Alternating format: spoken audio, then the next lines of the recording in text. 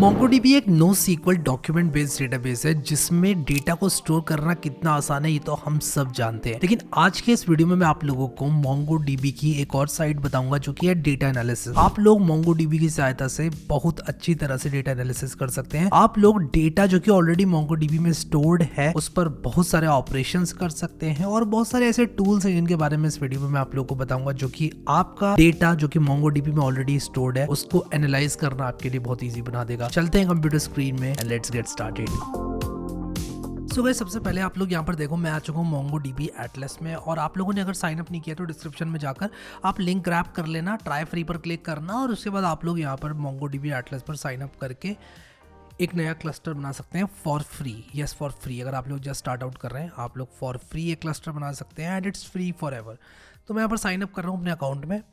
In fact I will sign in और यहाँ पर आई गेस ये ऑटोमेटिकली साइन इन कर देता है। आप साइन अप पे भी क्लिक करते हो। मैं अपने अकाउंट में आ चुका हूँ। गाइस, आगे बढ़ने से पहले मैं आप लोगों को एक क्विक ओवरव्यू देना चाहता हूँ उन सभी टूल्स का जो कि हम लोग यूज़ करने वाले हैं। सबसे पहले हम लोग एटलस पे आज साइन अप करेंगे और उसके बाद हम लोग इंपोर्ट एक्सपोर्ट की बात करेंगे कि डायरेक्टली अगर आपके पास एक CSV डेटा है तो MongoDB की सहायता से किस तरह से आप लोग इंपोर्टिंग एंड एक्सपोर्टिंग कर सकते हैं। फिर उसके बाद हम लोग बात करेंगे एग्रीगेशन की कि MongoDB कॉम्पस के अंदर एग्रीगेशन पाइपलाइंस को विजुअलाइज करते हुए कैसे बनाया जा सकता है। इसके बाद हम Mongo इंपोर्ट और Mongo एक्सपोर्ट जो कि ट्रेडिशनल इंपोर्ट एंड एक्सपोर्ट जो कि हम CSV से करते हैं उससे थोड़ा सा डिफरेंट है, उसकी बात करेंगे। Mongo इंपोर्ट और Mongo एक्सपोर्ट अपने आप में दो टूल्स होते हैं जो कि ये हेल्पफुल होते हैं आप लोगों के लिए डेटा को इंपोर्ट और एक्सपोर्ट कमांड लाइन से करने के लिए। मैंने इसके बारे में आगे बहुत अच्छे से बात की है। इसके बाद कुछ कनेक्टर्स की बात करेंगे हम लोग जो कि आप अलग अलग प्रोग्रामिंग लैंग्वेजेस में MongoDB को कनेक्ट करने के लिए यूज़ कर सकते हैं। फिर हम MongoDB चार्ट्स जो कि आप लोग को एटलस के अंदर देखने को मिलते हैं उनकी बात करेंगे एंड PyMongo एरो को डिस्कस करने के बाद हम लोग बिजनेस इंटेलिजेंस और स्पार्क के लिए जो कनेक्टर MongoDB प्रदान करता है उसको देखेंगे। अगर आप लोगों ने एक क्लस्टर नहीं बनाया है तो आप यहाँ प्लस क्रिएट पर क्लिक करके एक नया MongoDB क्लस्टर बना सकते हैं। लेकिन क्योंकि मैंने Mongo YouTube के नाम से एक फ्री क्लस्टर ऑलरेडी अपना बना लिया है तो मैं इसी को कनेक्ट करूँगा और इसका जो पासवर्ड वगैरह है वो आप लोगों को मिलता है यहाँ से। आप डेटाबेस एक्सेस में जाएं और एक नया यूज़र बना लें। तो मैं एक यूज़र के नाम से यूज़र बनाऊंगा, उसका पासवर्ड भी मैं यूज़र ही दे दूंगा। या मैं एक काम करता हूँ ऑटोमेटिकली जो है जनरेट कर लेता हूँ सिक्योर पासवर्ड। तो ये मेरा पासवर्ड है। मैं एक काम करता हूँ कि विजुअल स्टूडियो कोड खोलता हूँ और विजुअल स्टूडियो कोड के अंदर ना मैं एक नई फाइल बनाकर अपना पासवर्ड यहाँ पर सेव कर देता हूँ, ठीक है। और उसी के साथ साथ मैं वापस आऊँगा। इनफैक्ट मैं एक काम करता हूँ क्यों ना मैं VS कोड को यहाँ रखूँ और इसको यहाँ पर रखूँ ताकि मैं इस तरह से स्विच कर सकूँ, ठीक है। तो यूज़र के नाम से मैंने एक डेटाबेस यूज़र बनाया और ये उसका पासवर्ड है। तो मैं यहाँ पर यूज़र लिख देता हूँ और मैं इस क्लस्टर को यूज़ करने वाला हूँ। आप लोग को यहाँ पर दिखाता हूँ। मैं इसको टेम्प्रेरी यूज़र बनाता हूँ for a day, add user करता हूँ और यहाँ पर आप देख सकते हो ये बन चुका है एक temporary user for a day, ठीक है। तो यूज़र नाम से मैंने ये यूज़र बना लिया है। अब मैं क्या करूँगा कि जो मेरा डेटाबेस है इस पर मैं कनेक्ट कर सकता हूँ। तो मैं यहाँ पर कनेक्ट पर क्लिक करूँगा और मैं इस डेटाबेस से कनेक्ट हो जाऊँगा और यहाँ पर मैं कॉम्पस सेलेक्ट करूँगा क्योंकि मैं MongoDB कॉम्पस मेरे पास इंस्टॉल्ड है।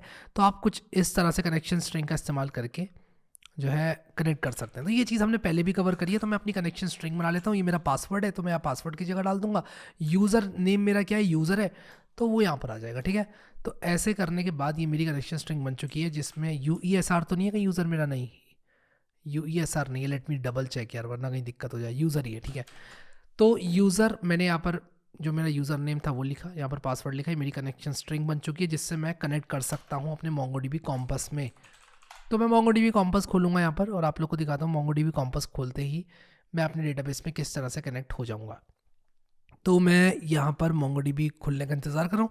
अगर आप एप्पल यूज़ कर रहे हैं, M1 M2 कुछ भी यूज़ कर रहे हैं, तो M1 M2 के लिए MongoDB कॉम्पस का एक ऑप्टिमाइज वर्जन आता है। तो आपको एक पॉपअप दिखाएगा ये अभी थोड़ी देर में कि आप अगर ऑप्टिमाइज वर्जन इंस्टॉल करना चाहते हैं तो प्लीज़ कर लें, ऐसे लिख कर आता है।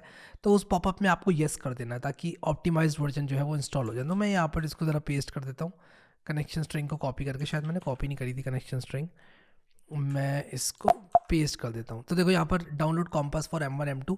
तो मैं क्या करता हूँ ना कि इसको कर ही लेता हूँ डाउनलोड, क्योंकि मैं हर बार डालता हूँ। आज मैं इसको कर ही लेता हूँ MongoDB compass for M1 M2 को डाउनलोड। तो ये डाउनलोड हो रहा है, आप देख सकते हो। और फिर ये बोलेगा रीलॉन्च करना है कि नहीं, और रीलॉन्च हो जाएगा फिर उसके बाद हमारा MongoDB कॉम्पस। लेकिन आप लोग कुछ इस तरह से कनेक्शन स्ट्रिंग डालकर देखो डाउनलोड्स में चला गया ये। तो मैं MongoDB कॉम्पस को जो है इंस्टॉल करूँगा, और मैं कर ही लेता हूँ इंस्टॉल इसको डाउनलोड्स में जाकर। तो मैं डाउनलोड्स में जाऊँगा और डाउनलोड्स में जाकर मैं अपनी एप्लीकेशन में इसको इंस्टॉल कर लेता हूँ। और ये यहाँ पर कह रहा है कि भाई क्या करना चाहते हो, तो रिप्लेस करना चाहता हूँ। ये कह रहा है कि ये इन यूज़ है, तो मैं इसको दोबारा से करूँगा ऐसे, और यहाँ पर ये मुझसे पूछ रहा है कि रिप्लेस करना चाहते हो। मैंने कहा रिप्लेस करना चाहता हूँ, बट आई थिंक ये कॉम्पस जो है वो खुला हुआ है, if I am not wrong. तो मैंने MongoDB कॉम्पस को बंद कर दिया। अब ये मुझसे दोबारा पूछ रहा है कि ओल्डर आइटम ऑलरेडी है तो रिप्लेस कर दो, मैंने कह दिया। तो ये 350 MB का MongoDB कॉम्पस नया इसने इंस्टॉल कर दिया है। लेट्स सी कि मैं MongoDB कॉम्पस के नए वर्जन को यूज़ कर पाता हूँ कि नहीं। कहाँ हो तो MongoDB कॉम्पस, दिख क्यों नहीं रहा मुझे MongoDB कॉम्पस, ये रहा। अब इससे पहले कि हम लोग आगे बढ़े, आप लोगों को मैं एक बहुत इंपॉर्टेंट चीज़ के बारे में बताना चाहता हूँ, और वो है स्टूडेंट डेवलपर पैक जो कि MongoDB आप लोगों के लिए लेकर आया है। आप लोग डिस्क्रिप्शन में दिए हुए लिंक पर जाएंगे तो आप लोगों को इसके बारे में और जानने को मिलेगा, बट मैं आप लोगों को ब्रीफ कर देता हूँ जल्दी से कि आपको $200 मिलेंगे GitHub स्टूडेंट डेवलपर पैक के साथ, जिसमें से $50 आपको एज एटलेस क्रेडिट्स मिलेंगे, और $150 वैल्यू की आपको एक फ्री सर्टिफिकेशन मिलेगी, जो कि आप लोगों के लिए बहुत ज़्यादा यूज़फुल हो सकती है अगर आप लोग एक इंटर्नशिप ढूंढ रहे हैं या फिर मे बी आप जॉब ढूंढ रहे हैं MongoDB से रिलेटेड। This is going to be a representation of your mastery level in MongoDB। तो इसको ज़रूर चेकआउट करें आप लोग। और अगर आपको GitHub स्टूडेंट डेवलपर पैक के बारे में नहीं पता है तो यार आपको ज़रूर पता होना चाहिए। मुझे नहीं लगता कि कोई भी इंसान, इनफैक्ट स्टूडेंट, इसको मिस करेगा। तो इसमें बहुत सारी चीज़ें आप लोगों को देखने को मिलती हैं। तो डिस्क्रिप्शन में दिए हुए लिंक को आप लोग ज़रूर चेकआउट करना। बहुत सारी चीज़ें आपको फ्री ऑफ कॉस्ट देखने को मिलती हैं, और बहुत सारी चीज़ों पे आपको अमेजिंग बेनिफिट्स देखने को मिलते हैं। तो चेकआउट ज़रूर कर लेना इसको। अब आगे बढ़ते हैं वीडियो में। इस बार जो इसने डाउनलोड किया ना, वो ऑप्टिमाइज्ड वर्जन डाउनलोड किया है। तो ये करना थोड़ा इंपॉर्टेंट है अगर आप लोग एप्पल के M1 M2 चिप यूज़ कर रहे हो। तो मैं अपने डेटाबेस क्लस्टर में कनेक्ट हो चुका हूँ, जैसे कि आप देख सकते हो। अब यहाँ पर मैं एक डेटाबेस क्रिएट कर सकता हूँ या फिर मेरे एग्जिस्टिंग जो डेटाबेस हैं वो यहाँ पर देख सकूँ। मैं एक नया डेटाबेस क्रिएट करूँगा, तो मैं क्रिएट डेटाबेस का नाम लिखूँगा MyDB, और कलेक्शन नेम का नाम माई कलेक्शन लिखूँगा, ठीक है। तो ये करने के बाद मैं क्रिएट डेटाबेस करूँगा, और ये कह रहा है user is not allowed to do action create collection. Okay, तो मैं समझ गया यहाँ पर प्रॉब्लम क्या है। जो ये यूज़र है ना, इसको एडिट करना होगा और इसको एक रोल देना होगा, क्योंकि अगर आप रोल नहीं देंगे ना इसको, तो ये कुछ कर नहीं पाएगा। तो मैं इसको एटलेस एडमिन बना देता हूँ, तो ये सब कुछ कर पाएगा। In fact read and write to the database का इसको रोल दे देता हूँ, जो इसको अपडेट यूज़र करने के बाद रिफ्लेक्ट हो जाएगा। यहाँ पर देखो आप, मैं क्रिएट डेटाबेस करूँगा तो ये अभी थोड़ी देर में थोड़ा टाइम लेता है। इनफैक्ट शायद मुझे रिकनेक्ट करना पड़े, तो let's disconnect, let's connect again. और यहाँ पर मुझे मेरे पुराने डेटाबेसेस भी अब दिखने लग गई, क्योंकि मैंने इसको परमिशन दे दी है। तो आप यहाँ पर देख सकते हो ChatGPT नाम से एक मैंने बहुत पहले यहाँ पर डेटाबेस बनाया था, इसके अंदर कलेक्शन बनाई थी। ये सारे यहाँ पर पता नहीं क्या क्या मैंने डाला हुआ था इसमें, और डेटा यहाँ पर डाला हुआ है। ये मैंने यहाँ पर इतनी सारी चीज़ें बनाई हुई हैं। सबसे पहले मैं आप लोगों को बनाऊँगा कि इम्पोर्ट एक्सपोर्ट किस तरह से करना है डेटा को। तो आप यहाँ पर देखो, scrappy.mystery3 के नाम से यहाँ पर मेरे पास एक कलेक्शन बनी हुई है जिसमें बहुत सारे डॉक्यूमेंट्स हैं। अगर मैं चाहता हूँ कि ये सारे के सारे डॉक्यूमेंट्स मैं एक्सपोर्ट कर लूँ, तो मैं यहाँ पर एक्सपोर्ट द फुल कलेक्शन कर सकता हूँ, या फिर मैं एक पर्टिकुलर क्वेरी को रन करके उस क्वेरी के रिजल्ट को एक्सपोर्ट कर सकता हूँ। तो मैं फुल कलेक्शन को एक्सपोर्ट करूँगा, या तो आप जेसन के तौर पर एक्सपोर्ट कर सकते हैं या CSV के तौर पर एक्सपोर्ट कर सकते हैं। तो अगर आप लोग डेटा निकाल कर एक्सपोर्ट करना चाहते हैं अपने MongoDB क्लस्टर से बाहर, तो कुछ इस तरह से कर सकते हैं।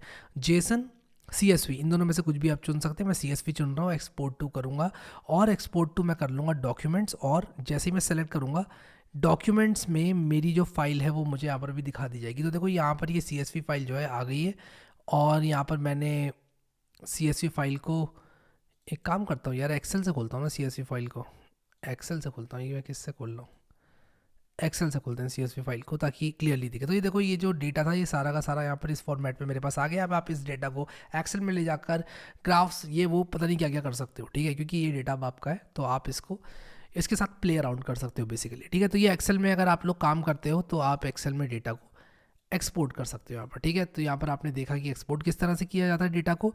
अब यहाँ पर हम लोग क्या करेंगे कि देखेंगे कि किस तरह से डेटा को इंपोर्ट किया जा सकता है। तो मान लो मैं यहाँ पर एक कॉपी मिस्ट्री के नाम से एक नई कलेक्शन बनाता हूँ। मैं इसी डेटा को इंपोर्ट कर सकता हूँ। मैं इंपोर्ट डेटा में जा सकता हूँ और ये स्क्रैपी मिस्ट्री 3 को इंपोर्ट कर सकता हूँ। यहाँ पर ये मुझे इस तरह से दिखाता है कि भाई कोई भी एरर हो तो उस पर आप स्टॉप करना चाहते हो तो स्टॉप ऑन एरर्स को आप लोग चेक कर सकते हैं। डिलिमिटर मैंने कॉमा जहाँ पर बाय डिफ़ॉल्ट यहाँ पर चेक हो गया है मेरा, क्योंकि मैं CSV फाइल यूज़ कर रहा हूँ और यहाँ पर आप देख सकते हैं कि अलग अलग कॉलम्स मुझे देखने को मिल रहे हैं। मैं इंपोर्ट करूँगा तो ये सारा डेटा मेरे पास यहाँ पर आ जाएगा। बहुत सारे लोगों को इंपोर्ट एक्सपोर्ट में प्रॉब्लम होती है MongoDB में, और MongoDB में आप जेसन के तौर पे इंपोर्ट एक्सपोर्ट कर सकते हो, आप चाहो तो CSV के तौर पे भी कर सकते हो। तो ये दोनों चीज़ें आप लोग को मालूम होनी चाहिए कि कैसे करना है। तो यहाँ पर देख सकते हैं आप इंपोर्ट कंप्लीटेड, एक्सपोर्ट कंप्लीटेड, ये सारे एक्शंस यहाँ पर आपको ये चीज़ दिखाता रहता है। और यहाँ पर मिस्ट्री 3 के अंदर जो भी डॉक्यूमेंट्स थे वो अब मेरे पास कॉपी मिस्ट्री में आ चुके हैं। आप देख सकते हो ID है, टाइटल है, रेटिंग है, इमेज है, प्राइस है, इन स्टॉक है, डेट भी है। इसके बाद जो एक और चीज़ मैं आप लोगों को बताना चाहता हूँ वो है MongoDB कॉम्पस फॉर एग्रीगेशंस। तो सबसे पहले मैं क्या करूँगा कि नई टैब में जाऊँगा और यहाँ पर लिखूँगा MongoDB compass, MongoDB aggregation pipeline. अगर आप लोगों ने मेरा वीडियो नहीं देखा एग्रीगेशन पाइपलाइंस वाला, तो मैं कहूँगा आप वो वाला वीडियो देख लेना अगर आपको एग्रीगेशन पाइपलाइन नहीं मालूम। लेकिन मैं इस वीडियो में ब्रीफ कर दूंगा आपको कि एग्रीगेशन पाइपलाइन क्या होती है। तो यहाँ पर एक MongoDB का बड़ा अच्छा एग्जाम्पल है जिसमें कि इंसर्ट मैनी कमांड का यूज़ करके एक डेटा इंसर्ट किया गया है। तो मैं कुछ सिमिलर फैशन में यही चीज़ कर लेता हूँ। तो मैं यहाँ पर जल्दी से क्या करता हूँ, एक नया डेटाबेस बना लेता हूँ और इसका नाम मैं रखूँगा एग्रीगेशन, या फिर मैं AGG रख देता हूँ। ठीक है, कलेक्शन का नाम भी AGG एग्जाम्पल यानी कि AGGEX रख देता हूँ और क्रिएट डेटाबेस करता हूँ। तो एक कलेक्शन बना ली हमने, एक डेटाबेस बना लिया हमने AGG के नाम से। इसमें डेटा को ऐड करने के लिए मैं सिंपली क्या करूँगा कि ये जो हमारा इंसर्ट मेन्यू है ना, इसको मैं चला दूंगा।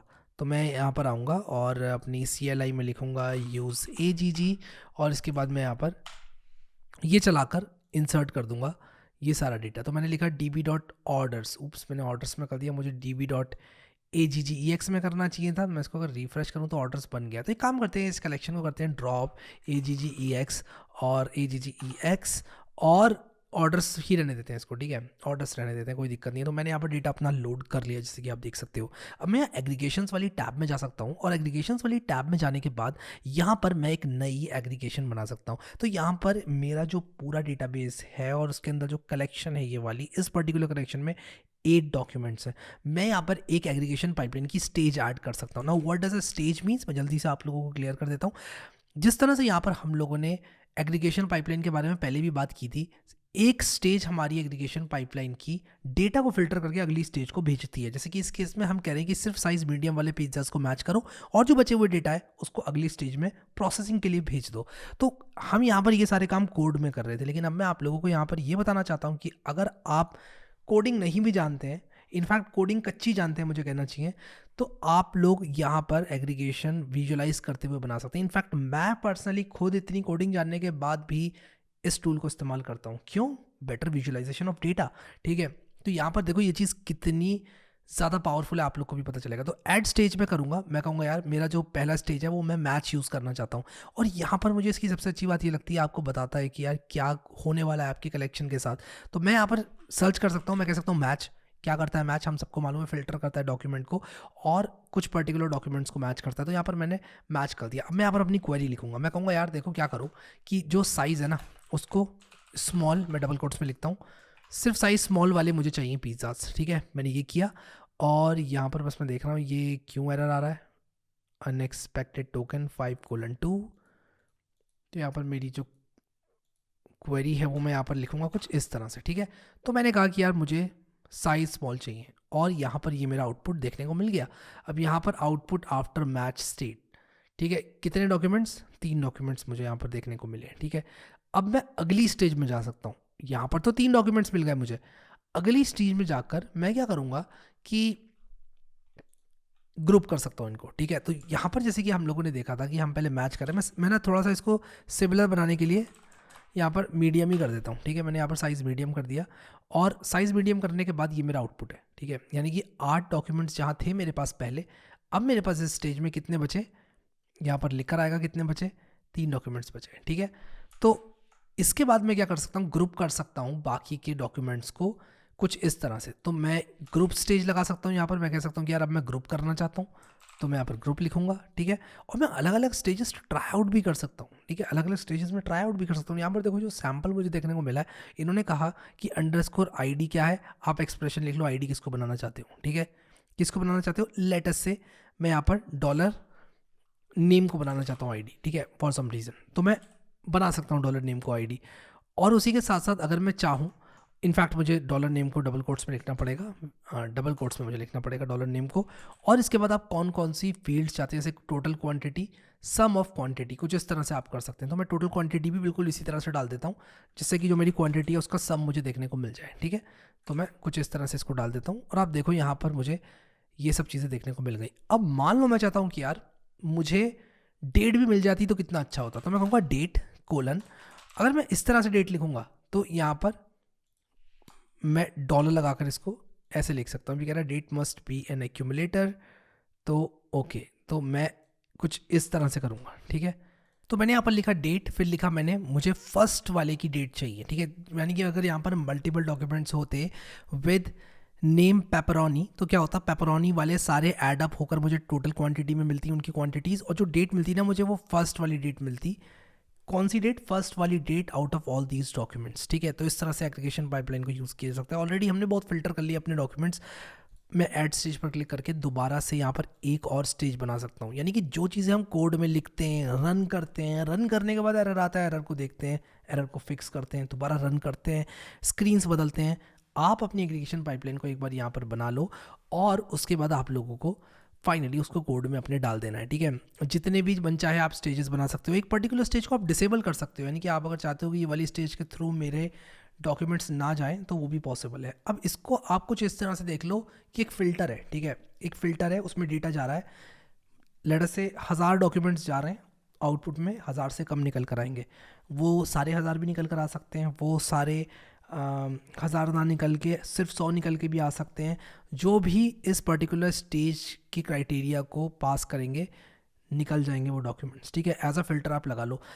ग्रुप में क्या होगा कि प्रोसेसिंग भी होती है। ठीक है, और प्रोसेस होके फाइनली इनपुट होगा एक पर्टिकुलर स्टेज का, और उसके बाद आउटपुट में कुछ डॉक्यूमेंट्स आएंगे, और ये प्रोसेस चलती रहेगी चलती रहेगी चलती रहेगी। तो आप किसी भी एक पर्टिकुलर स्टेज को अगर डिसेबल करना चाहते हैं, you can very well do that. ठीक है, इसके बाद क्या होगा कि यहाँ पर आप एक्सप्लेन भी कर सकते हैं इस पर्टिकुलर चीज़ को। अब अगर आप इसको एज अ टेक्स्ट देखना चाहते हैं, अपने कोड में प्लग करना चाहते हैं, तो आप इसको कॉपी करें और अपने कोड में ले जाएं। ठीक है, मैं पर्सनली क्या करता हूँ, स्टेजेस में जाकर सबसे पहले बना लेता हूँ अपनी एग्रीगेशन पाइपलाइन को अच्छे से, फिर फाइनली यहाँ पर मैं टेक्स्ट में जाकर कॉपी कर लेता हूँ इसको, और कॉपी करने के बाद फाइनली अपने कोड में प्लग इन कर देता हूँ। अब इसी के साथ साथ आप एक्सपोर्ट वगैरह भी कर सकते हैं, जैसे कि यहाँ पर हमने एक्सपोर्ट किया तो जेसन या CSV आप चुन सकते हैं। वैसे MongoDB रिकमेंड करता है आप जेसन में ही करें, मैं CSV में करूँगा। तो यहाँ पर एक एरर लिख कर आता है, जिसके बारे में आप यहाँ पर और पढ़ सकते हैं कि क्यों ऐसा बोलता है MongoDB कि आपको जेसन में ही एक्सपोर्ट करना चाहिए अपना डेटा, अगर आप डिटेलिंग को लेकर बहुत ज़्यादा सीरियस है अपने डेटा की। तो ठीक है, तो ये सारे ऑप्शंस हम लोग को देखने को मिल जाते हैं। ये टूल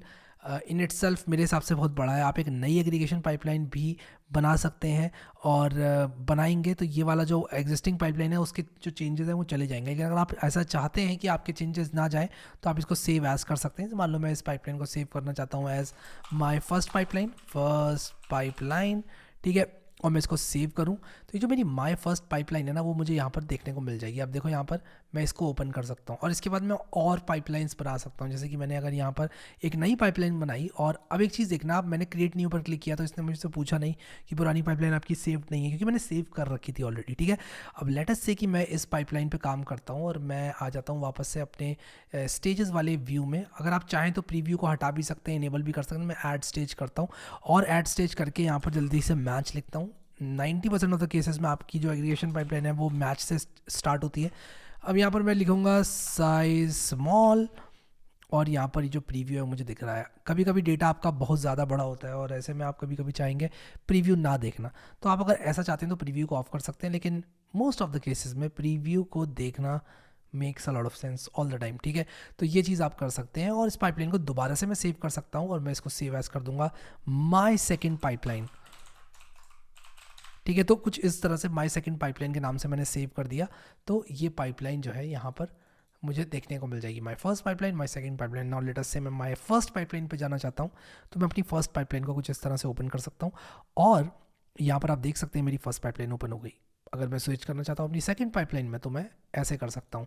अब मान लो मेरे पास बहुत सारी पाइपलाइंस बन गई और मैं चाहता हूँ कि यार ये पाइपलाइंस तो बहुत ज़्यादा है, मुझे कुछ डिलीट करनी है इनमें से, तो मैं वो भी कर सकता हूँ यहाँ पर डिलीट बटन दबाकर, और ये पाइपलाइन डिलीट हो जाएगी। इन अ वेरी सिमिलर फैशन मेरी दूसरी पाइपलाइन भी डिलीट हो जाएगी। अब अगर आप लोग इसको सेव एज करके सेव कर लेते हैं तो डेफिनेटली यहाँ पर आप लोगों को दिखेगा, लेकिन अगर आप लोग डिलीट कर देते हो उसको, तो ये पाइपलाइन आपको नहीं दिखेगी। आप देख सकते हो एक ही पाइपलाइन को अगर मैं कभी कभी मॉडिफाई करना चाहूँ कि एक ही पाइपलाइन के 5-6 वर्जन्स बना लूँ तो कुछ इस तरह से कर सकता हूँ। अब मैं आप लोगों को बहुत ही जल्दी से बताना चाहता हूँ मोंगो इंपोर्ट और मोंगो एक्सपोर्ट के बारे में। जब आप मोंगो डीबी को इंस्टॉल करते हैं तब आप लोगों का मोंगो इंपोर्ट और mongo export as a part of your MongoDB database tools install हो जाता है। अब मैं यहाँ पर आप लोगों को दिखाता हूँ कि किस तरह से ये काम करता है। आप यहाँ पर मोंगो इंपोर्ट लिखें और मोंगो एक्सपोर्ट लिखें। आपको यहाँ पर देखो मोंगो इंपोर्ट मेरा ऑलरेडी इंस्टॉल्ड है, मोंगो एक्सपोर्ट जो है वो मुझे इंस्टॉल करना पड़ेगा। अगर आपका मोंगो इंपोर्ट भी इंस्टॉल नहीं है और मोंगो एक्सपोर्ट भी इंस्टॉल्ड नहीं है तो आप सिंपली मोंगो इंपोर्ट में आए, यहाँ पर इंस्टॉलेशन में पर आएँ और फिर आपको यहाँ पर इंस्टॉलेशन किस तरह से करना है आप लोगों को पता चल जाएगा। अगर आपको पता करना है कि आपके कंप्यूटर में ऑलरेडी इंस्टॉल्ड है मोंगो डीबी डेटाबेस टूल्स या नहीं तो आप ये कमांड का यूज़ कर सकते हो। वरना आप लोग सिंपली क्या कर सकते हो कि in your macOS terminal run the following command to download the official homebrew formula। ये मैंने ऑलरेडी रन कर रखा है बट आप लोग इसको रन कर रहे हैं ना, brew tap mongodb/brew, और इसके बाद आपने सिंपली ये वाला कमांड को रन कर देना है जिससे कि डेटाबेस टूल्स जो हैं वो इंस्टॉल्ड हो जाएंगे। ठीक है, तो यहाँ पर आप देख सकते हैं और मैं इसको जैसे ही रन करूँगा कमांड को तो जो मेरे MongoDB डेटाबेस टूल्स हैं वो इंस्टॉल हो जाएंगे। And as part of database tools मेरे मोंगो इंपोर्ट एक्सपोर्ट वगैरह जो है वो इंस्टॉल हो जाएंगे। तो हम वेट करेंगे इसके कंप्लीट होने का। अब मैं यहाँ पर मोंगो एक्सपोर्ट लिखूँगा तो आप देख सकते हैं ये भी काम कर रहा है, और मोंगो इंपोर्ट लिखूँगा तो ये भी काम कर रहा है। ठीक है, तो दोनों काम कर रहे हैं कमांड्स, मोंगो इंपोर्ट भी मोंगो एक्सपोर्ट भी। Now let's see how to use these both tools. तो मोंगो इंपोर्ट को इस्तेमाल करने के लिए आपने सिंपली करना क्या है, इसको प्रोवाइड करना है कि किस चीज़ को आप इंपोर्ट करना चाहते हो। सबसे पहले मैं मोंगो एक्सपोर्ट आप लोगों को बताऊंगा जिससे कि हमारा जो एग्जिस्टिंग डेटा है वो एक्सपोर्ट हो जाएगा। अगर आप अपने लोकल मोंगो डीबी इंस्टेंस की बात कर रहे हैं तो आप लोगों को URI देने की ज़रूरत नहीं है, लेकिन अगर जैसे कि मेरे केस में है आप अपने एटलस से इंपोर्ट करना चाहते हैं, एक्सपोर्ट करना चाहते हैं डेटा, तो आप क्या करें कि यहाँ पर जिस तरह से मैं यहाँ पर लिख रहा हूँ, मैं ज़रा यहाँ पर जल्दी से व्यू वर्ड रैप कर लेता हूँ ताकि आपको दिखे ये पूरा का पूरा जो भी मैं लिख रहा हूँ। तो देखो यहाँ पर मैं क्या करूँगा, अपनी कनेक्शन स्ट्रिंग कॉपी करके यहाँ पर पेस्ट कर दूँगा। ठीक है, तो यहाँ पर मैं इसको पेस्ट करूँगा और उसी के साथ साथ यहाँ पर मैं डेटाबेस का नाम लिख दूँगा। ठीक है, तो मैं यहाँ पर आ जाता हूँ और यहाँ पर मैं अपने डेटाबेस का नाम लिख देता हूँ AGG करके। ठीक है, तो मैं कहूँगा यार मुझे ना इसका AGG वाला जो डेटाबेस है ना वो चाहिए। ठीक है, तो मैं यहाँ पर AGG करके लिख दूंगा अपने VS कोड में। ठीक है, तो मैं यहाँ पर AGG लिख दूंगा और यहाँ पर कलेक्शन मुझे कौन सी चाहिए वो मैं स्पेसिफाई कर दूंगा। मुझे AGG कलेक्शन चाहिए, सॉरी AGG जो मेरा डेटाबेस है वो चाहिए और ऑर्डर्स कलेक्शन चाहिए। ठीक है, तो मैं वापस से आऊँगा VS कोड में, collection is equal to orders और यहाँ पर orders.json। ठीक है, और यहाँ पर एडिशनल ऑप्शंस मुझे नहीं चाहिए तो मैं इसको कॉपी करूँगा और यहाँ पर पेस्ट कर दूंगा सिंपली। ठीक है, मैं इसको यहाँ पर पेस्ट करूँगा और आप यहाँ पर देख सकते हैं कि इसने कितनी जल्दी 8 रिकॉर्ड्स को एक्सपोर्ट कर दिया। तो मैं यहाँ पर LS करूँ अगर, तो आप यहाँ देख सकते हैं orders.json जो है वो आ गई है। अगर मैं विम करके orders.json आपको दिखाऊँ तो देखो कुछ इस तरह से ये एक्सपोर्ट हो जाएगा। आप चाहें तो इसको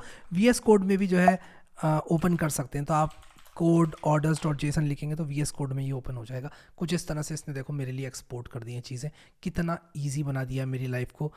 अगर मैं इसको as a JSON import export वगैरह करना चाहता हूँ तो मैं बहुत आराम से कर सकता हूँ। ठीक है, अब यहाँ पर जैसे कि आप लोगों ने देखा orders.json बन गई मेरी, उसी तरह से मैं इस orders.json को इंपोर्ट भी कर सकता हूँ मोंगो इंपोर्ट का इस्तेमाल करके।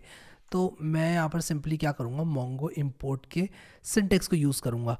इट्स इम्पॉर्टेंट कि आप लोग जो सिंटेक्स है उसको MongoDB की डॉक्यूमेंटेशन से ही लेकर आएँ, क्योंकि ऐसा करने से आप इंश्योर कर पाएंगे कि आप लेटेस्ट वर्जन के लेटेस्ट सिंटेक्स को इस्तेमाल कर रहे हैं, इफ़ दैट मेक सेंस। ठीक है, अब मोंगो इंपोर्ट को इस्तेमाल करने के लिए आप यहाँ सिंटेक्स पर क्लिक कर सकते हैं और ये देखो मोंगो इंपोर्ट का सिंटेक्स यहाँ पर लिखा हुआ है। तो मैं इसको कॉपी करूँगा और इसको अपने VS कोड में लेकर जाऊँगा ताकि मैं इसको एडिट वगैरह अच्छे से कर सकूँ। अब यहाँ पर इसके जो ऑप्शन है मैं बताऊँगा आपको कहाँ से मिलेंगे, कौन कौन से ऑप्शन आप लोग यूज़ कर सकते हैं, ये सब आपको बताऊँगा। But let's get to business first. और यहाँ पर हम जल्दी से क्या करेंगे, कनेक्शन स्ट्रिंग को डालेंगे सबसे पहले, और मैं यहाँ पर कनेक्शन स्ट्रिंग को ऐसे ही डाल दूंगा। और इसके बाद यहाँ पर किस फाइल को आप इंपोर्ट करना चाहते हैं, मेरे केस में फाइल का नाम यहाँ पर है orders.json, तो मैं यहाँ पर orders.json लिख दूंगा।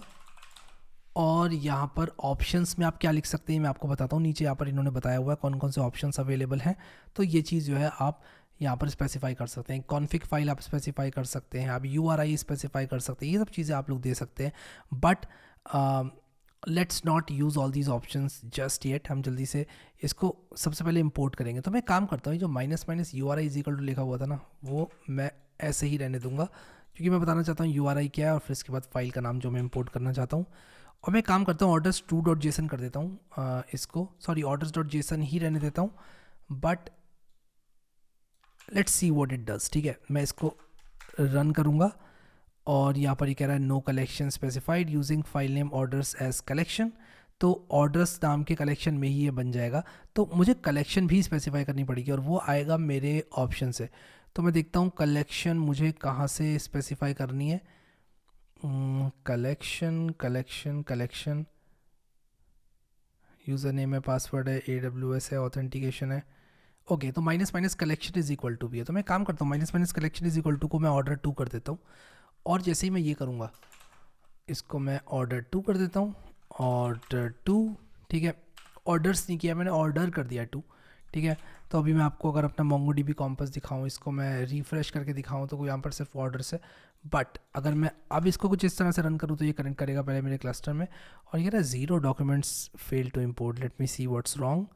तो यहाँ पर ऑर्डर्स डॉट जेसन मैंने किया है, collection is equal to order two किया है, कनेक्ट तो हो गया ये, बट ये कह रहा है ये डॉक्यूमेंट्स इम्पोर्टेड सक्सेसफुली।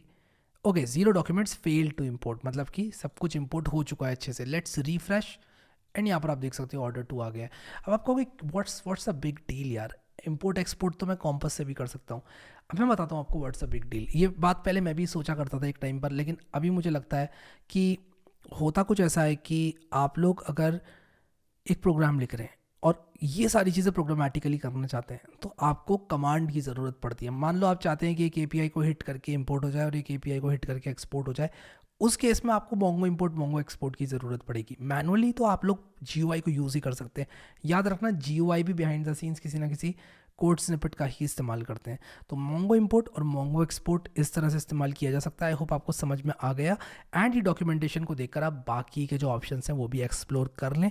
आने वाले टाइम में अगर MongoDB का जो वर्जन है वो चेंज होता है, तो मैं आप लोगों को बता दूं कि there is a high chance कि ये सारे ऑप्शंस थोड़े बहुत चेंज हो जाएं।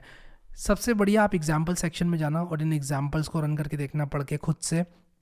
मेरे हिसाब से MongoDB की डॉक्यूमेंटेशन इज़ गुड इनफ, मेरे हिसाब से काफ़ी बढ़िया है MongoDB की जो डॉक्यूमेंटेशन है, और आप लोग इनको पढ़ के बहुत अच्छी तरह से इन सब चीज़ों को सीख सकते हैं। तो मोंगो इंपोर्ट और मोंगो एक्सपोर्ट को डॉक्यूमेंटेशन से देखकर एग्जाम्पल्स को इनके ट्राई आउट ज़रूर करें। अब हम लोग बात करेंगे कुछ कनेक्टर्स की जो हमें MongoDB में उपलब्ध होते हैं। तो उन कनेक्टर्स के लिए मैं सिंपली क्या करूँगा कि सर्च करूँगा MongoDB कनेक्टर फॉर Node.js। ठीक है, अब जैसे मान लो मैं Node.js के लिए कनेक्ट करना चाहता हूँ MongoDB से, तो मैं Node.js कनेक्टर के लिए सर्च कर रहा हूँ। अगर मुझे Python के लिए कनेक्ट करना होता तो मैं Python सर्च करता। और यहाँ पर आप देख सकते हो MongoDB का नोड ड्राइवर आ चुका है। अब मैं यहाँ पर आप लोगों को एक एक ड्राइवर के बारे में नहीं बताना चाहता, बट मैं आप लोगों को बताना चाहता हूँ कि किस तरह से अगर आप लोग अपनी प्रोग्रामिंग लैंग्वेज के लिए ड्राइवर ढूंढ रहे हैं MongoDB का, तो कैसे ढूंढ सकते हैं।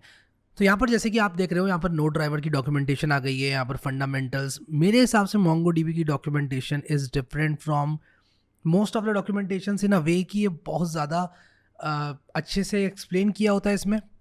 एक और एग्जांपल अच्छी डॉक्यूमेंटेशन का जेंगो की डॉक्यूमेंटेशन है, और अदरवाइज़ ज़्यादातर लोग ऑफिशियल डॉक्यूमेंटेशन को बोलते हैं कि यार मुझे बहुत अच्छी नहीं लगती। बट उसका रीज़न ये भी होता है कि आप में से कई लोग जो भी डॉक्यूमेंटेशन पे जाते हैं, आपको लगता है कि सिर्फ आपके काम की जो चीज़ है वो मिल जाए, बट डॉक्यूमेंटेशन जिसने भी बनाई है उसको वो सारी चीज़ें उसमें रखनी होती हैं जो उस लैंग्वेज में की जा सकती हैं। ठीक है, तो यहाँ पर एक गैप आ जाता है।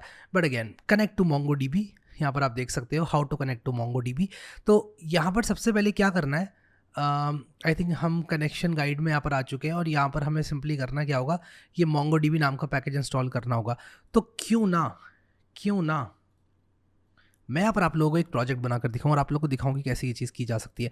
तो मैं यहाँ पर सिंपली क्या करूँगा, एक नया फोल्डर बनाऊँगा, इसका नाम रखूँगा MongoDB एग्जाम्पल। ठीक है, MongoDB एग्जाम्पल मैंने रखा, और मैं इसको कोड प्लेग्राउंड के अंदर लेकर जाऊँगा, और मैं इसको थोड़ा सा और अच्छे से एक्सप्लेन कर देता हूँ ये किस चीज़ का MongoDB एग्जाम्पल है।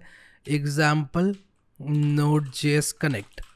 ठीक है, और मैं सिंपली यहाँ पर इसमें नया टर्मिनल ऐड फोल्डर करके कोड डॉट कर दूंगा, तो ये जो है VS कोड में खुल जाएगा जैसे आप देख सकते हो।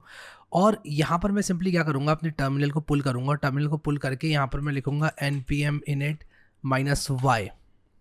और यहाँ पर आप देखो पैकेज डॉट जेसन बन गई, npm i mongodb and that's about it.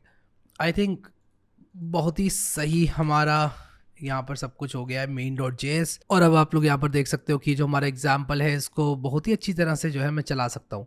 तो मैं क्या करूँगा, सिंपली इसको कॉपी करूँगा और कॉपी करके पेस्ट कर दूंगा, ठीक है। But again I am just seeing कि यहाँ पर क्या कोई और तरीका है कनेक्ट करने का। मैं इसको कॉपी करता हूँ अभी और इसको लेकर आऊँगा मैं अपने विजुअल स्टूडियो कोड में, जैसे कि आपने यहाँ पर देखा अभी।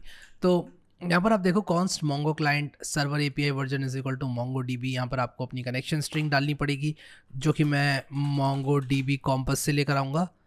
तो मैं जल्दी से अपनी कनेक्शन स्ट्रिंग जो है वो ले आता हूँ मोंगो डीबी कॉम्पस से। ये मेरी कनेक्शन स्ट्रिंग है, एडिट कनेक्शन स्ट्रिंग करूँगा और कॉपी कर लूँगा, या फिर मैं एक काम करता हूँ अभी के लिए आपको लोकल होस्ट से ही करके दिखा देता हूँ just to keep things simple, ठीक है। तो मैं यहाँ पर लोकल होस्ट में कनेक्शन स्ट्रिंग अपनी कॉपी करूँगा और कनेक्शन स्ट्रिंग को कॉपी करने के बाद यहाँ पर डालूँगा and let's run this. You successfully connected to MongoDB, ठीक है। तो आप देख सकते हो यहाँ पर हम कनेक्ट हो चुके हैं MongoDB में। 2-3 चीज़ें और आप लोगों को यहाँ पर दिखाता हूँ। अब हमने इतना बड़ा प्रोजेक्ट सेटअप किया ही है, हम लोग बात कर ही रहे हैं इस चीज़ के बारे में, तो क्यों ना मैं आप लोगों को एक चीज़ और दिखाऊँ। यहाँ पर आप देखो हमने पिंग किया। पिंग ना करने की बजाय अगर मैं कुछ ऐसा करूँ कि await client dot db dot या फिर client डॉट db admin और मैं यहाँ पर लिखूँ डॉट और यहाँ पर लिखूँ कलेक्शन और फिर इसके बाद मैं यहाँ पर लिखूँ लेट अस से मैं एक कलेक्शन ढूंढ रहा हूँ अपने लोकल डेटाबेस में, लोकल मोंगो के नाम से मैंने इसको सेव भी कर रखा है। और मैं यहाँ पर क्या करूँगा कि कूल ब्लॉग के अंदर सारे ब्लॉग्स लेकर आता हूँ, कूल ब्लॉग और blogs, cool blog, cool blog, cool blog और ब्लॉग्स, ठीक है। मैं लिखूँगा let's see is equal to this and console dot log c. Let's see की क्या होता है। तो यहाँ पर आप देख सकते हो कि मुझे ये सारी चीज़ें देखने को मिल रही हैं और मैं यहाँ पर चाहता हूँ कि मुझे सिर्फ यहाँ पर ये कलेक्शन देखने को मिल रही है, कलेक्शन देखने को ना मिले मुझे डॉट कलेक्शन डॉट फाइंड मुझे सारे ब्लॉग्स भी देखने को मिले। तो आप देखो यहाँ पर मुझे इसको अगर देखना है तो मुझे टू एरे करना पड़ेगा। तो ये सब चीज़ें मुझे एक्सपीरियंस से मालूम है और एक्सपीरियंस से मालूम है का मतलब ये है कि मैंने भी कभी ना कभी डॉक्यूमेंटेशन देखी थी। अब देखो यहाँ पर सारे ब्लॉग्स आ गए, तो it gets very easy for you to connect to MongoDB और किसी भी लैंग्वेज से आप कनेक्ट कर सकते हैं। यहाँ पर जैसे मैंने यहाँ पर आपको Node.js का दिखाया, उसी तरह से आप लोग अपनी लैंग्वेज का नाम लिख दो और आपको पता चल जाएगा कि कैसे आप MongoDB में कनेक्ट कर सकते हो। तो यहाँ पर आप लोग नोड ड्राइवर, जैसे मैं नोड ड्राइवर में आया हूँ, बैक टू MongoDB ड्राइवर्स में अगर मैं चाहूँ तो यहाँ पर हर लैंग्वेज का ड्राइवर यहाँ पर उपलब्ध है, इवन सी लैंग्वेज का भी उपलब्ध है। तो यहाँ पर आप देखो सी लैंग्वेज में मैं आऊँ तो libmongoc नाम से एक इन्होंने लाइब्रेरी बना रखी है और यहाँ पर आप देखो कि अलग अलग प्लेटफॉर्म्स पे इन्होंने टेस्ट किया है इसको और किस तरह से आप इसको इंस्टॉल कर सकते हैं ये भी इन्होंने बताया हुआ है, ठीक है। तो कैसे यूज़ करना है ये सब चीज़ें आप लोग इसकी डॉक्यूमेंटेशन पे यहाँ पर देख सकते हैं। बट मोस्टली आप लोग शायद या तो पाइथन के लिए या फिर आप C++ के लिए, जावा के लिए, इन सब चीज़ों के लिए देखेंगे। PHP का ड्राइवर भी बहुत कॉमनली यूज़ होता है और सारे ड्राइवर्स उपलब्ध हैं, कॉटलिन ड्राइवर्स भी हैं हमारे पास, यानी कि अगर आप लोग एंड्रॉयड ऐप वगैरह बना रहे हैं तो वो भी आप लोग बहुत आसानी से कर सकते हैं। तो ड्राइवर्स यहाँ पर हैं, आप लोग इसको जो है यूज़ कर सकते हैं और कुछ भी आपको प्रॉब्लम आती है तो स्टैक ओवरफ्लो तो है ही। तो MongoDB ड्राइवर्स के बारे में सिर्फ इतना ही। अब हम आगे बढ़ेंगे और MongoDB से किस तरह से डेटा को एनालाइज करते हैं इसके और तरीके देखेंगे। अब MongoDB के चार्ट्स के बारे में थोड़ी बात करेंगे। अगर आप लोग MongoDB एटलस यूज़ कर रहे हैं तो आप लोगों को एक्सेस मिलता है चार्ट्स का। आप लोग यहाँ पर चार्ट्स पर क्लिक कर सकते हैं और चार्ट्स पर क्लिक करने के बाद आप देखो charts.mongodb.com/ मेरे प्रोजेक्ट का नाम यहाँ पर लिख कर आ रहा है और यहाँ पर देखो welcome to Atlas charts is the best way to create visualizations of your data. तो अगर आप इसको पढ़ते भी है ना तो आप लोग को एक बहुत अच्छा ओवरव्यू मिल जाता है चार्ट्स के बारे में। अब बेसिकली चार्ट्स का आइडिया क्या है? चार्ट्स का आइडिया ये है कि आपका जो MongoDB का डेटा है उस डेटा में आप एनालिसिस कुछ इस तरह से करें कि आपको उस डेटा का चार्ट बन के मिल जाए। आइडियली अदर डेटाबेसेस से आपको डेटा पुल करना पड़ता है, करने के बाद आप लोग उसको एक अच्छे विजुअलाइजेशन टूल में डालते हैं, बहुत सारे लोग चार्ट्स के लिए एक्सेल को भी इस्तेमाल करते हैं, तो वो सारी चीज़ें भी नॉर्मल है। बट मैं यहाँ पर स्टार्ट पर क्लिक करूँगा। अब यहाँ पर 2 ऑप्शंस हैं, प्राइमरीली एक चार्ट बिल्डर है, एक सैम्पल डैशबोर्ड है। चार्ट बिल्डर क्या करता है, quickly create a chart with data in your project और सैम्पल डेटा।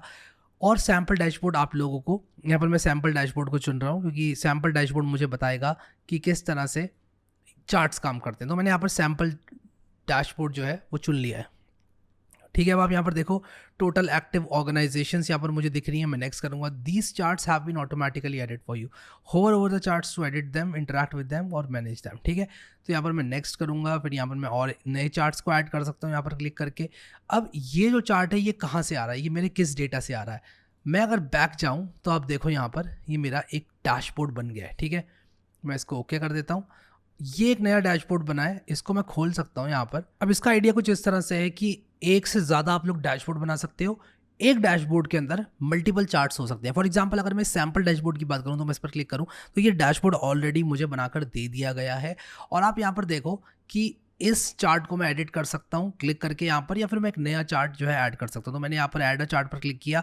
अब ये कह रहा है भाई कौन सा डेटा सोर्स आप चाहते हो, किस डेटा सोर्स से बनाना चाहते हो। अगर मैं अपने क्लस्टर से डेटा पुल करना चाहता हूँ तो मैं इस डेटा सोर्स का यूज़ कर सकता हूँ, या फिर यहाँ पर एक सैम्पल डेटा दिया हुआ है इन्होंने, उससे मैं चार्ट बना सकता हूँ। तो अगर मैं कहूँ कि यार मेरे क्लस्टर से कनेक्ट करो, मेरे क्लस्टर से कनेक्ट करके डेटा पुल करो उसमें से, और वो डेटा मैं यूज़ करना चाहता हूँ अपने चार्ट को बनाने के लिए, तो मैं यहाँ पर इस कलेक्शन को डेटाबेस के अंदर कोई ऐसी कलेक्शन ढूंढ रहा हूँ जिसके अंदर डेटा हो।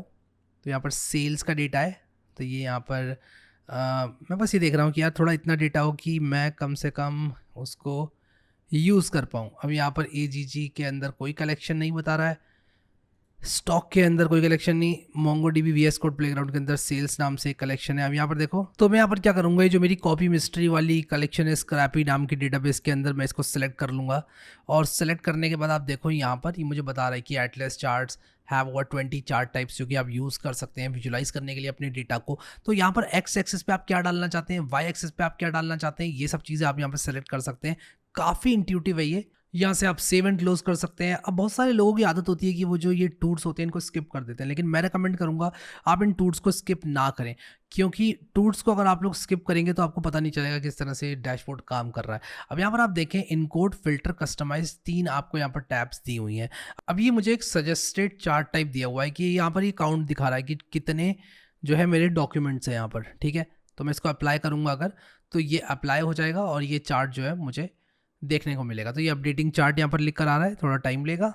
और यहाँ पर देखो ये यहाँ पर लिख कर आ गया। तो मैं यहाँ पर लिख सकता हूँ टोटल नंबर ऑफ डॉक्यूमेंट्स, या फिर अगर आप लोग एक ई-कॉमर्स वेबसाइट पर काम कर रहे हो इसका कुछ डिस्क्रिप्शन आप लोग लिख सकते हो। एक बार आपने इस पर काम कर लिया, आप इसको सेव एंड क्लोज कर दो, ठीक है। फिर उसके बाद आप अपना और कोई जो चार्ट है वो बना सकते हो। तो मैंने सेव एंड क्लोज कर दिया इसको, और यहाँ पर अब मैं अपने इस डैशबोर्ड को खोल के इसमें एक नया चार्ट बना सकता हूँ। तो ये जो चार्ट है मेरा यहाँ पर प्रोडक्ट सैम्पल डैशबोर्ड में देखो यहाँ पर आ गया, ठीक है। अब अगर मैं चाहता हूँ कि मेरा जो चार्ट है वो यहाँ हैरीज डैशबोर्ड में बने, तो मैं यहाँ भी बना सकता हूँ।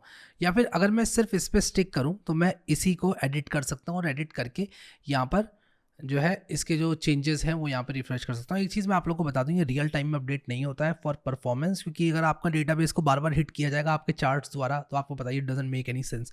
तो आप यहाँ पर क्या कर सकते हो, अगर चाहते हो चार्ट टाइप को एक दूसरे तरह का बनाना, जैसे मान लो मैं चाहता हूँ कि एक्स एक्सेस पे हो let us say number of customers, Y axis पे हो नंबर ऑफ ऑर्डर्स, ठीक है, कि एक कस्टमर कितने ऑर्डर कर रहा है, या फिर और भी बहुत सारी चीज़ें, या फिर कितने दिन में कितने ऑर्डर्स आए। अगर आप बार चार्ट बनाना चाहते हो तो मैं यहाँ पर देखता हूँ बार चार्ट का ऑप्शन है कि नहीं। ये देखो बार चार्ट का ऑप्शन है, तो मैं एक काम करता हूँ कलर्ड बार पे आ जाता हूँ यहाँ पर, ठीक है। और कलर्ड बार पर आने के बाद एक्स एक्सिस पे आप लोग क्या करना चाहते हो, ठीक है। तो मैं यहाँ पर एक्स एक्सिस पे लेटस से रखना चाहता हूँ आईडी को, तो एक्स एक्सिस पे आपकी आईडीज आने वाली हैं, और वाई एक्सिस पे मान लो मैं प्राइस को लाना चाहता हूँ, तो मैं यहाँ पर ऐसे ऐसे करके ड्रॉप कर सकता हूँ, ठीक है। तो मैंने यहाँ पर एक्स एक्सिस पर डाल दी date, doesn't make any sense, तो मैं इसको आईडी कर दूंगा, ठीक है। और वाई एक्सिस पे मान लो मैं प्राइस डालना चाहता हूँ, और मैं कलर को लेट अस से इन स्टॉक, ये इसको मैं एज अ कलर यूज़ करना चाहता हूँ, इन स्टॉक है कि नहीं है इसको मैं एज अ कलर देखना चाहता हूँ। तो चार्ट मेरा बनाया जा रहा है, और इस तरह से आप लोग जो है मल्टीपल चार्ट्स भी बना सकते हैं। अब देखो यहाँ पर प्राइस इनका आ गया वाई एक्सिस में, जैसे कि मैंने वाई एक्सिस में प्राइस दिया तो ये प्राइस आ गया।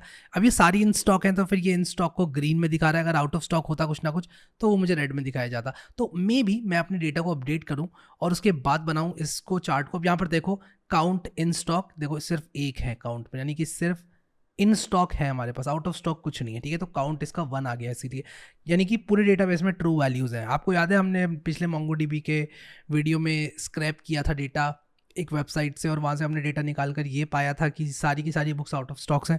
तो इस तरह से जो है हमारा बार चार्ट काम करता है। अगर मैं लेट अस से कोई और चार्ट बनाना चाहूँ, लेट अस से मैं डिस्क्रीट लाइन चार्ट बनाना चाहूँ, तो यहाँ पर मैं डेटा को डाल के डिस्क्रीट लाइन चार्ट भी बना सकता हूँ अपने डेटा को विजुलाइज करने के लिए। तो यहाँ पर एक्स एक्सेस पर दिख रहा है मेरा प्राइस, जैसे कि रखा हुआ है ये प्राइस। वाई एक्सेस पर मेरा क्या रखा हुआ है, वाई एक्सेस पर आईडी रखी हुई है। तो लेट अस से मैं एक्स एक्सेस पर रखना चाहता हूँ डेट कि किस डेट को आया, तो मैं इसको ड्रैग करूंगा डेट पे, और उसी के साथ साथ वाई एक्सेस पर मैं चाहता हूं कि किस डेट पे कितने प्राइस जो है वो ऐड हुए, कितने कितने प्राइस की बुक्स ऐड हुई। तो मैंने यहाँ पर वाई एक्सेस में प्राइस कर दिया है, और आप यहाँ पर देख सकते हो डेट जून 2023 आ गई, क्योंकि एक ही दिन में हमने सब कुछ किया था, और यहाँ पर ये काउंट्स आ गए। अब अगर मान लो कि मैं जो डेट है, मैं एक काम करता हूँ, इस मोंगो यूट्यूब में आता हूँ, ब्राउज कलेक्शंस, और अपने डेटा को थोड़ा सा चेंज करूँगा just to show you how charts work. Scrapy में आऊँगा, कॉपी मिस्ट्री में आऊँगा, और मैं ना यहाँ पर डेट को थोड़ा चेंज करूँगा। यहाँ पर मैं डेट को चेंज करके जो ये 5/6/2023 है ना, इसको मैं लेट अस से 15/6/2023 कर दूँ और इसको अपडेट कर दूँ, ठीक है। तो जैसे ही मैं इसको अपडेट करूँगा यहाँ पर, तो चार्ट भी हमारा अपडेट होना चाहिए। तो मैं एक काम करता हूँ कि यहाँ पर इमेज लाता हूँ, फिर यहाँ पर डेट दोबारा ले आता हूँ। तो ये जो हमारा चार्ट है, यहाँ पर डेट जून 2023 दिखा रहा है। अब देखो यहाँ पर एक्चुअली मैंने यहाँ पर एक्स एक्सेस पर यूआरएल रखा था पहले, फिर डेट रख दी मैंने। तो मैं दोबारा से डेट रखता हूँ, और डेट सिर्फ जून 2023 आ रही है। उसका रीज़न ये है कि हमने यहाँ पर बिनिंग कर रखी है। तो हम क्या करते हैं, तो हम यहाँ पर एक काम करते हैं, सेकंड रख लेते हैं, हटाओ, ठीक है। सेकंड रखेंगे तो हमारे पास एक बहुत अच्छा चार्ट हमको देखने को मिलेगा, जैसे कि आप लोग देख सकते हैं, ठीक है। तो यहाँ पर देखो किस टाइम पर हमने क्या क्या ऐड किया वो यहाँ पर हमें देखने को मिल रहा है। तो देखो हमें यहाँ पर देखने को मिल रहा है काउंट ऑफ प्राइस, इतने प्राइस के कितने आइटम हमने ऐड किए, कुछ इस तरह से, ठीक है। तो ये हमको देखने को मिल रहा है। फिर हमने इस डेट को कितने अलग अलग डिस्टिंक्ट प्राइसेस ऐड किए वो हमें देखने को मिल रहा है। फिर इस डेट को हमने कितने अलग अलग डिस्टिंक्ट प्राइसेस ऐड किए, 15 जून को सिर्फ एक किया था, वो इसलिए दिखा रहा है क्योंकि हमने डॉक्यूमेंट को मॉडिफाई किया। So play around with charts, आप लोग यहाँ पर बहुत सारी चीज़ें खुद एक्सप्लोर कर सकते हो। वर्ड क्लाउड बना सकते हो, वर्ड क्लाउड काफ़ी बढ़िया चीज़ है। हीट मैप आपके यूज़ केस पे डिपेंड करेगा आप कौन सा चार्ट बनाना चाहते हो। और अगर आप लोग डेटा विजुअलाइजेशन करते हो, आप एक डेटा साइंटिस्ट हो ऑलरेडी, तो आप लोगों को मालूम होगा कि कौन से चार्ट पे आपको किस डेटा को प्लॉट करना है, और आप उसको जो है इस्तेमाल करके मोंगोडीबी चार्ट्स को यूज़ कर सकते हो टू योर एडवांटेज। अब हम बात करेंगे एक और बहुत इंपॉर्टेंट टूल की, जिसका नाम है PyMongo Arrow, and why it is very impactful, ये मैं आप लोगों को सबसे पहले समझाता हूँ। तो हम लोग जल्दी से यहाँ पर गूगल करेंगे पाइमोंगो एरो, ठीक है। और पाइमोंगो एरो को गूगल करके आपको यहाँ पर एक पाइथन पैकेज के तौर पर मिलेगा। ये क्या है, सबसे पहले मैं आप लोगों को बताऊं तो आप लोग अपने मोंगोडीबी के डेटा को directly as a pandas data frame में यूज़ कर सकते हो। अब आप लोग कहोगे यार पैंडास डेटा फ्रेम में तो मैं वैसे भी यूज़ कर सकता हूँ ना, मोंगोडीबी से पाइमोंगो की सहायता से डेटा पुल करूँगा और उसके बाद उसको कन्वर्ट करके मैं डायरेक्टली इसको कन्वर्ट कर लूँगा डेटा फ्रेम में, what's a big deal. But let me tell you what's a big deal. होता क्या है कि जब हम पाइमोंगो एरो का इस्तेमाल नहीं करते हैं, लेट अस से आपने बहुत बड़ा डेटा मोंगोडीबी डेटाबेस से पुल किया, वहाँ तक जब आपने क्वेरी रन किया, यानी कि आपके सिस्टम से जब मोंगोडीबी डेटाबेस को क्वेरी हिट करती है, तब तक तो एफिशिएंसी बनी रहेगी।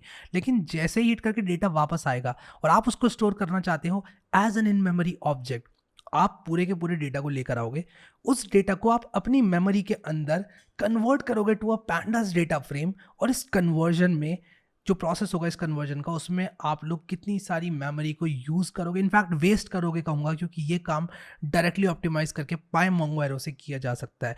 तो अगर आप लोग ऑप्टिमाइजेशंस के साथ अपने मोंगोडीबी डेटा को कन्वर्ट करना चाहते हैं पैंडास डेटा फ्रेम में, तो आप लोग पाइमोंगो एरो का इस्तेमाल कर सकते हैं। इसका डेमो दिखाना चाहूँगा, बहुत इंपॉर्टेंट है, इसलिए इसका डेमो मैं ज़रूर दिखाना चाहूँगा। कोड प्लेग्राउंड में आऊँगा और यहाँ पर एक नया फोल्डर बनाऊँगा, पाइमोंगो एरो, ठीक है। और मैं यहाँ पर इसको यहाँ पर पाइमोंगो एरो डेमो लिख देता हूँ, just so that you know, ठीक है। तो इसको मैं खोलूँगा पाइमोंगो एरो, और ये करने के बाद हम क्या करेंगे, इसको VS कोड में खोलेंगे, new terminal at folder code dot, ठीक है। ये मैंने इसको VS कोड में खोला। यहाँ पर main.py। यार पाइथन इंस्टॉल कर लेना प्लीज़, अगर आपका पाइथन इंस्टॉल नहीं है प्लीज़ डू इट। मेरे पास कमेंट्स आते हैं यार पाइथन, मुझे एरर आ रहा है, Python is not recognize. Please do all those basics before you watch such videos, ठीक है? क्योंकि आप लोग अगर पाइथन ही नहीं जानते तो इस वीडियो में आप कर क्या रहे हो, ठीक है? बेसिक पाइथन आपको आना चाहिए, और कम से कम इतना तो आना चाहिए कि यार इंस्टॉल कैसे करते हैं पाइथन, अगर आप पाइथन प्रोग्रामर नहीं भी हो तो, ठीक है? तो इसके बारे में बात करते हैं पाइमोंगो एरो की। सबसे पहले मैं इसको इंस्टॉल करूंगा ऑब्वियसली यूजिंग पिप, और पिप को रन करने का मैं बार बार बताता हूँ अपने वीडियोस में, दोबारा बताऊंगा। पिप को रन करने का रिकमेंडेड वे, रिकमेंड करने का रन वे नहीं, रन करने का रिकमेंडेड वे ये नहीं है। क्यों नहीं है ये? देखो क्या हुआ, मैं करूँगा, इंस्टॉल हो गया, लेकिन अगर मेरे कंप्यूटर में मल्टीपल वर्जन्स होते पाइथन के तो कौन से पाइथन में इंस्टॉल होता मुझे भी नहीं मालूम, ठीक है? तो मैं इसको ऐसे रन नहीं करूँगा, मैं इसको ऐसे रन करूँगा। अब वो वैसे मेरे पास सिर्फ एक वर्जन है तो कोई फ़र्क पड़ेगा नहीं, but let me tell you कि हमेशा पाइथन 3 -m, मैं अपने पाइथन को यूज़ करता हूँ एज पाइथन 3 अपनी मैक में, तो मैं ऐसे रन करूँगा Python 3 -m pip install PyMongo Arrow. और अगर पाइथन 2 मैं यूज़ करता तो पाइथन 2 करके करता, पाइथन 3.6 यूज़ करता तो मैं अलग अलग वर्जन्स को बेसिकली मेंटेन कर सकता हूँ उनके। अब मैं यहाँ पर इसको एंटर मारूंगा तो आप देखो रिक्वायरमेंट ऑलरेडी सेटिस्फाइड आ रहा है, क्योंकि ये वाले पिप ने मेरे उसी वर्जन में इंस्टॉल किया है जिस वर्जन में मैं हूँ, मतलब ठीक है, एक ही वर्जन यूज़ करता हूँ मैं पाइथन का, बट बहुत सारे लोग मल्टीपल वर्जन भी यूज़ करते हैं। अब हम क्या करेंगे जल्दी से, सबसे पहला काम तो ये करेंगे कि एक जल्दी से टेबल बनाएंगे, ठीक है? तो मैं यहाँ पर सिंपली क्या करूँगा कि ये जो कूल ब्लॉक्स हैं मेरे, इसमें यहाँ पर मैं एक टेबल बना रहा हूँ, ठीक है? और मैं क्या करूँगा कि इनफैक्ट इसी को यूज़ करते हैं, कूल ब्लॉक डेटाबेस को यूज़ करते हैं और ब्लॉक्स कलेक्शन को यूज़ करते हैं, ठीक है? तो मैं डिस्कनेक्ट करूँगा, कनेक्ट डिस्कनेक्ट, कूल ब्लॉक्स के अंदर ब्लॉक है, इसे कॉपी करूँगा मेरी स्ट्रिंग को, ठीक है? और यहाँ पर एक काम करता हूँ, मैं इसको कॉपी करता हूँ यहाँ पर और यहाँ पर पेस्ट करता हूँ, ठीक है? और यहाँ पर मैं क्या करूँगा, ऊप्स, चेंज ऑल अकरेंसेस, ये किया मैंने, ठीक है? तो यहाँ पर इनका डेटा यूज़ हो रखा है, मैं अपना डेटा यूज़ करूँगा, तो ये जो डेटा फ्रेम वगैरह है इसको मैं कुछ इस तरह से कर रहा हूँ। और मैं क्या करूँगा कि जो मैंने मोंगो क्लाइंट यहाँ पर बनाया है, मैं इसको कनेक्शन स्ट्रिंग दे दूँगा, मेरी ये कनेक्शन स्ट्रिंग, ठीक है? तो मैं इसे कॉपी करूँगा कनेक्शन स्ट्रिंग को और यहाँ पर इसको पेस्ट कर दूंगा। तो फ्रॉम पाइमोंगो इम्पोर्ट मोंगो क्लाइंट, ये सारे इंपोर्ट्स जो हैं वो हमने कर लिए। अब मैं जो मेरी स्कीमा है मैं उसको आईडी को इंट करूँगा और उसी के साथ साथ मैं क्या करूँगा, इसको कनेक्ट करके आपको दिखाता हूँ। कूल ब्लॉक के अंदर ब्लॉक्स हैं, ठीक है? तो कूल ब्लॉक मेरा डिफ़ॉल्ट डेटाबेस है, तो मैं यहाँ पर लिख देता हूँ कूल ब्लॉक। इनफैक्ट एक काम करता हूँ, db.client.coolblog डॉट, और मैं यहाँ पर क्या करूँगा कि यहाँ पर लिखूँगा कूल ब्लॉग और यहाँ पर लिखूँगा ब्लॉग्स, और जिसके अंदर मैं इंसर्ट मैं नहीं कर दूँगा। I know these are not blogs, but मैं इसके अंदर इंसर्ट मैं नहीं कर दूँगा। इनफैक्ट क्यों ना मैं ब्लॉग्स 2 नाम से एक कलेक्शन बनाऊँ और फिर इंसर्ट करूँ, तो ये चीज़ मैं जैसे ही रन करूँगा यहाँ पर जो है इंसर्ट मेरा हो जाना चाहिए। तो मैं इसको ज़रा रिफ़्रेश करता हूँ, रिफ्रेश कर रहा हूँ तो देखो ब्लॉक्स 2 यहाँ पर आ गया और ये इंसर्ट हो गया, ठीक है? तो ID1 क्वांटिटी ये और ये इस तरह से इंसर्ट हो गई। अब इसका जो डेमो है वो आप लोग को ऐसा लगेगा कि यार मैं सिर्फ डेटा ही तो पुल कर रहा हूँ, कुछ खास नहीं कर रहा हूँ, बट यही चीज़ आप लोग जब बिग डेटा के साथ करेंगे तो this is the way to do it. और यहाँ पर हम क्या करेंगे, क्लाइंट डॉट, मैं सेम चीज़ करूँगा यहाँ पर, cool blog dot blogs 2 dot find pandas all, और मैं प्रिंट करूँगा डेटा फ्रेम को और टाइप ऑफ डेटा फ्रेम को, ठीक है? इन दोनों को जब मैं प्रिंट करूंगा तो मैं ये वाली लाइन कमेंट आउट कर दूंगा क्योंकि अब मैं इंसर्ट नहीं करना चाहता हूँ। और मैं इसको रन करूंगा तो आप लोग यहाँ पर देखो मुझे मेरा डेटा फ्रेम मिल गया है, ठीक है? और इसका टाइप है क्लास pandas.core.frame.dataFrame। तो कभी भी आप MongoDB से डेटा निकाल के डेटा फ्रेम बनाना चाहते हैं तो this is the recommended way to do it. अब यहाँ पर मैं ब्रीफली मेंशन करना चाहूँगा MongoDB कनेक्टर फॉर BI को, जो कि आप लोग यूज़ कर सकते हो अगर आप लोग पावर BI वगैरह यूज़ करते हो या फिर SQL क्वेरीज का इस्तेमाल करके अपने डेटा को विजुअलाइज करने पर भरोसा रखते हो, और आप लोग 3 डायमेंशनल डेटा जो MongoDB के अंदर स्टोर्ड होता है उसको एनालाइज करना चाहते हो, तो ये चीज़ आप लोग कर सकते हो। ये जो कनेक्टर है वो एक लेयर की तरह काम करता है जो कि आपके MongoDB इंस्टेंस और आपके रिपोर्टिंग टूल के बीच में एक ब्रिज का काम करता है। ये कनेक्टर अपने आप में कोई डेटा स्टोर नहीं करता है, लेकिन आप लोगों को हेल्प करता है MongoDB से डेटा पुल करने में, और आप लोग विजुलाइज कर सकते हो उस डेटा को using SQL queries, graphs and all. इसी के साथ साथ अगर आप लोग अपाचे स्पार्क को यूज करना चाहते हो MongoDB डेटा के साथ, तो आप लोग स्पार्क कनेक्टर को देख सकते हो। ये लिंक्स मैं डिस्क्रिप्शन में डाल दूंगा। आप लोग अपाचे स्पार्क की डॉक्यूमेंटेशन के साथ साथ MongoDB किस तरह से यूज कर सकते हैं अपाचे स्पार्क में, ये नीचे डिस्क्रिप्शन में दिए हुए इन 2 लिंक से सीख सकते हो। यहाँ पर गेटिंग स्टार्टेड से लेकर आप लोगों को पूरी एपीआई डॉक्यूमेंटेशन मिलेगी on how to load the data, अलग अलग प्रोग्रामिंग लैंग्वेजेस में किस तरह से डेटा को एक्सेस करना है और किस तरह से जो है विजुलाइज करना है, ये सब आप लोगों को यहाँ से देखने को मिल जाएगा। आप अपने पसंद की लैंग्वेज यहाँ पर चूज कर सकते हो और उसके हिसाब से आप लोग ग्रेजुअली लर्न कर सकते हो। आई होप कि आप लोग को ये वीडियो काफी बढ़िया लगा होगा और आप लोग समझ गए होंगे MongoDB में कितने डिफरेंट टूल्स हैं आप लोगों का डेटा एनालाइज करने के लिए। आई होप कि आप लोग इन सबको इस्तेमाल करके अपने एडवांटेज पे यूज कर पाएंगे। अभी के लिए इस वीडियो में इतना ही guys. Thank you so much guys for watching this video and I will see you next time.